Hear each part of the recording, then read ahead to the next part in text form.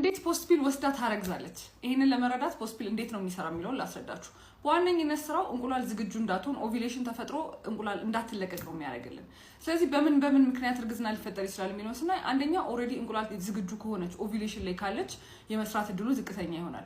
ሁለተኛ ደግሞ ውፍረት ካለ በጣም ኦቢሲቲ ካለ መድኃኒቱ አይሰራም። ሌላ ተጨማሪ መድኃኒቶች ካሉ እንደ አንቲባዮቲክ ምናምን እየወሰደች ከሆነ ላይሰራ ይችላል። በተጨማሪ ደግሞ አንድ ሰው ፖስት ፒል ሲወስድ ተያይዞ ይመጣ ማቅለሽለሽ ማስመለስ አለ። ስለዚህ እሱን ወስዳ በ2 ሰዓት ውስጥ ካስመለሳት መድኃኒቱ እንደተጠቀመችው አይቆጠርም። ሌላኛው ደግሞ ግንኙነት ከቀጠለች ፖስት ፒል ከወሰደች በኋላ ድጋሚ ወደ ግንኙነት ከተመለሰች ፌል ሊያደርግ ይችላል። ማን ነው ፖስት ፒል መጠቀም ያለበት የሚለውን ስናይ ፖስት ፒል ኢትስ አን ኢመርጀንሲ ኮንትራሴፕቲቭ ማለትም ለድንገተኛ ነው የምንጠቀመው። ያለው መከላከያ ፌል ካረገብን ለምሳሌ ኮንዶም ብሬክ ካረገ ኦር አንድ ሴት ከተደፈረች ያልተጠበቀ ግንኙነት ከተፈጠረ ነው እንጂ በስነ ስርዓት እንደ ኖርማል መከላከያ ምንድነው የምትወስዱት ብዬ ስጠይቅ ብዙ ታካሚዎች ፖስት ፒል የምትሏላችሁ። ታትስ ናት አክሴፕተብል። ምክንያቱም ተያይዞ የሚመጣ ብዙ ጎንዮሽ ጉዳት አለው። ለምሳሌ የወር አበባ መዛባት በጣም ቶሎ እንዲመጣ ሊያደርገው ይችላል። በጣም ቀስ ብሎ እንዲመጣ ሊያደርገው ይችላል።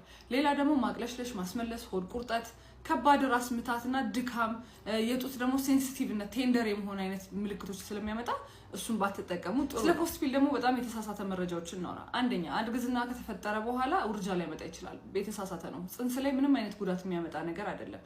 ሁለተኛ ደግሞ መሃን ያደርጋል። ወር አበባ ያዛባል እንጂ መሃን አያደርግም። ሌላ ጥያቄ ካላችሁ ኮሜንት ሴክሽን ላይ አሳውቁኝ።